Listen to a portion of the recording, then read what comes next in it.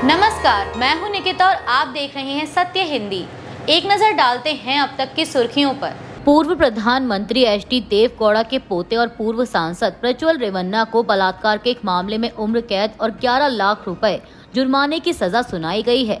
Court ने उन्हें भारतीय दंड संहिता की धारा 376(2) के और 376(2)(n) के तहत सजा सुनाई है। इसके अलावा कोर्ट ने पीड़िता को 7 लाख रुपए मुआवजा देने का आदेश दिया है। आपको बता दें कि प्रज्वल रेवन्ना पर 2021 में 2 बार रेप, वीडियो रिकॉर्डिंग, धमकी और छेड़छाड़ के आरोप साबित हुए।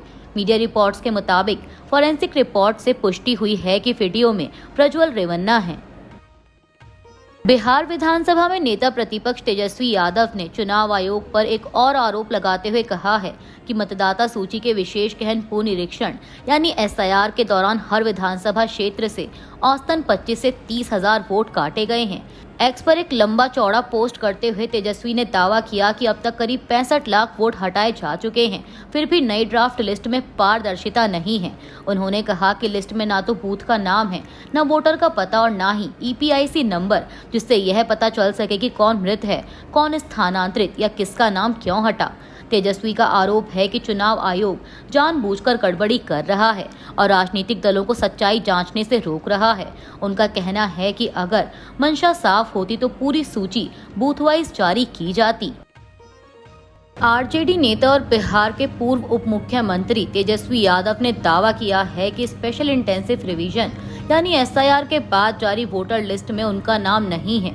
उन्होंने इसको लेकर एक प्रेस कॉन्फ्रेंस की और कहा कि मेरा नाम वोटर लिस्ट में नहीं है, ऐसे में मैं चुनाव कैसे लड़ूंगा। तेजस्वी ने चुनाव आयोग के एप्लीकेशन पर अपना EPIC नंबर डाला और मीडिया के सामने सारी जानकारी भरकर चेक किया। इसके बाद ऐप पर स्क्रीन पर लिखा आया एरर, नो रिकॉर्ड फाउंड। तेजस्वी ने इस मुद्दे को गंभीर बताया और कहा कि सुप्रीम कोर्ट को इस पर संज्ञान लेना चाहिए और चुनाव आयोग से जवाब तलब करना चाहिए। हालांकि मीडिया रिपोर्टों के अनुसार चुनाव आयोग की वेबसाइट पर दीघा विधानसभा 181 पटना जिला के एक बूथ की ड्राफ्ट वोटर लिस्ट में तेजस्वी यादव का नाम दर्ज है। बिहार के उप मुख्यमंत्री सम्राट चौधरी ने तेजस्वी यादव के दावे का खंडन किया है। सम्राट चौधरी ने अपने एक्स हैंडल पर एक लिस्ट जारी करते हुए कहा कि तेजस्वी का नाम बाकायदा सूची में मौजूद है। उन्होंने लिखा कि तेजस्वी जी, आपकी योग्यता पर मुझे ही नहीं आपके परिवार और पूरे बिहार को भी शंका है। SIR ड्राफ्ट में अपना नाम खोजना आपके लिए बहुत मुश्किल लग रहा होगा। आपका नाम 416 नंबर पर ससम्मान पिताजी के साथ दर्ज है, आप देख सकते हैं। अब तो भ्रामक और फर्जीवाड़े की दुकानदारी बंद कीजिए। RJD का भ्रम और डर दोनों बार बार बोगस साबित हो रहा है। प्रधानमंत्री मोदी ने शनिवार को वाराणसी में कहा कि भारत दुनिया की तीसरी सबसे बड़ी अर्थव्यवस्था बनने की राह पर है।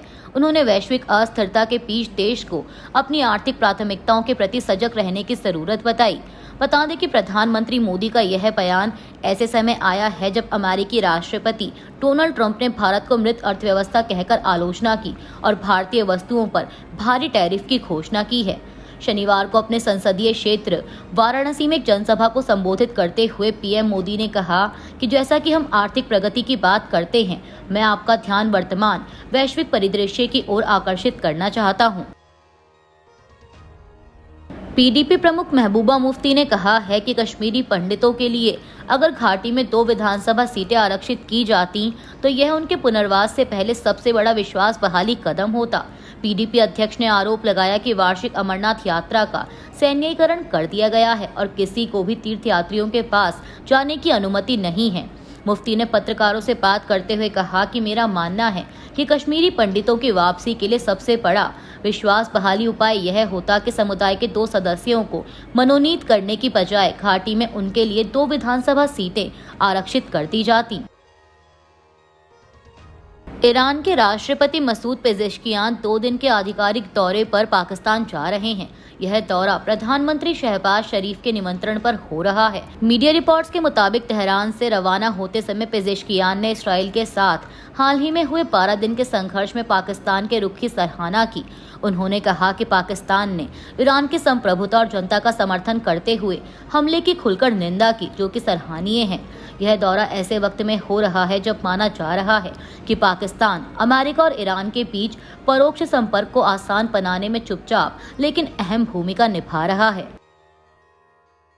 लोकसभा में नेता प्रतिपक्ष राहुल गांधी ने शनिवार को केंद्र की भाजपा सरकार और देश की चुनाव प्रक्रिया पर जोरदार हमला बोला। उन्होंने आरोप लगाया कि 2024 का लोकसभा चुनाव धांधली से भरा हुआ था। दिल्ली में हुए वार्षिक लीगल कॉन्क्लेव 2025 में बोलते हुए राहुल गांधी ने कहा कि हम आने वाले कुछ दिनों में आपको यह साबित करके दिखाएंगे कि लोकसभा चुनाव को कैसे धांधली से प्रभावित किया जा सकता है और कैसे किया गया। राहुल गांधी ने देश की चुनावी व्यवस्था पर भी सवाल उठाए। उन्होंने कहा कि सच्चाई यह है कि भारत की चुनावी प्रणाली अब पूरी तरह से खत्म हो चुकी है।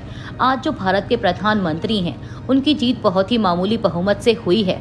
अगर सिर्फ 15 सीटों पर गड़बड़ी ना हुई होती तो वो प्रधानमंत्री नहीं बनते। उन्होंने यह भी कहा कि यह सिर्फ चुनाव की बात नहीं है, बल्कि लोकतंत्र की आत्मा को चोट पहुंचाने वाली स्थिति है। राहुल गांधी ने अपने भाषण में यह इशारा भी दिया कि उनकी पार्टी आने वाले समय में सबूतों के साथ यह दिखाने वाली है कि चुनाव में किस तरह की धांधलियां हुई हैं।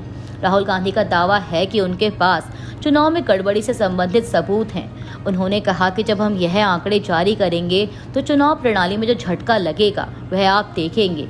यह बिल्कुल परमाणु बम जैसा असर करेगा, क्योंकि सच्चाई यह है कि भारत की चुनाव प्रणाली पहले से ही खत्म हो चुकी है। चुनाव आयोग पर वोटों की हेराफेरी को लेकर राहुल गांधी के दावे कि उनके पास सबूतों का एटम बम है, इसी बयान पर रक्षा मंत्री राजनाथ सिंह ने प्रतिक्रिया दी है। राजनाथ सिंह ने कहा कि अगर राहुल गांधी के पास वाकई ऐसा कोई परमाणु बम है तो उसे सामने लाना चाहिए, यानी उसका परमाणु परीक्षण कर देना चाहिए। रक्षा मंत्री ने तंज करते हुए कहा कि हकीकत यह है कि राहुल गांधी के पास ना तो कोई सबूत है, ना कोई ठोस प्रमाण। राजनाथ सिंह ने राहुल गांधी के दावे को पूरी तरह बेबुनियाद बताया और कहा कि इस तरह के आरोप निराधार हैं। विशेष एनआईए कोर्ट ने पूर्व भाजपा सांसद प्रज्ञा सिंह ठाकुर द्वारा महाराष्ट्र एंटी टेररिज्म स्क्वाड यानी एटीएस के अधिकारियों पर यातना और दुर्व्यवहार के आरोपों को खारिज कर दिया है। कोर्ट ने कहा कि ठाकुर के इन दावों का समर्थन करने के लिए कोई सबूत पेश नहीं किया गया। विशेष कोर्ट ने 3 दिन पहले मालेगांव ब्लास्ट केस 2008 में अपना फैसला सुनाया है। इसमें सभी 7 आरोपियों को बरी कर दिया गया, जिसमें प्रज्ञा सिंह ठाकुर और कर्नल पुरोहित प्रमुख हैं। कोर्ट ने अपने 1000 पेज के फैसले में कहा कि ठाकुर ने दावा किया था कि उन्हें एटीएस द्वारा अवैध हिरासत में लिया गया, बेरहमी से पीटा गया और यातना दी गई, जिसके कारण उन्हें आज भी स्वास्थ्य समस्याओं का सामना करना पड़ रहा है। हालांकि कोर्ट ने माना कि ठाकुर को गिरफ्तारी के बाद मजिस्ट्रेट कोर्ट में पेश किया गया था, लेकिन उन्होंने उस समय दुर्व्यवहार की कोई शिकायत नहीं की। सुप्रीम कोर्ट के एक पुराने आदेश का हवाला देते हुए कोर्ट ने कहा कि ठाकुर ने उपलब्ध कानूनी उपायों का उपयोग किया था, लेकिन उनके पक्ष में कोई नतीजा नहीं निकला।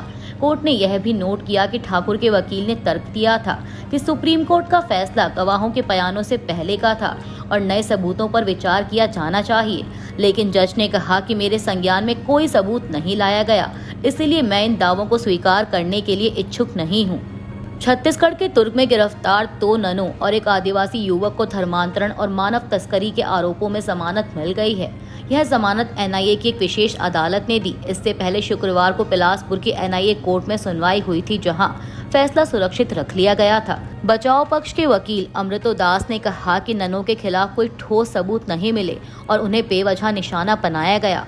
आपको बता दें कि सिस्टर वंदना फ्रांसिस और सिस्टर प्रीति मैरी, जो केरल की सिस्टर्स ऑफ मैरी इमैक्युलेट संस्था से जुड़ी हैं, को 25 जुलाई को दुर्ग रेलवे स्टेशन से गिरफ्तार किया गया था। यह कार्रवाई बजरंग दल के एक स्थानीय नेता की शिकायत पर हुई। पुलिस हिरासत के दौरान बजरंग दल के कार्यकर्ताओं ने ननों को धमकाया, उनके सामान की तलाशी ली और उन्हें प्रताड़ित करने की कोशिश की। दरअसल इन दोनों ननों और नारायणपुर के आदिवासी युवक सुखमन मंडावी पर आरोप था कि उन्होंने नारायणपुर की 3 आदिवासी लड़कियों को जबरन धर्मांतरण और तस्करी के लिए ले जाने की कोशिश की। हालांकि ननों ने कहा कि वे लड़कियों को उनके और उनके परिवार की सहमति से काम दिलाने के लिए ले जा रही थीं। खुद लड़कियों ने भी किसी तरह की जबरदस्ती से इनकार किया और आरोपों को गलत बताया। अभी के लिए इतना ही। बाकी की देश दुनिया की बड़ी खबरों के लिए जुड़े रहिए सत्य हिंदी के साथ।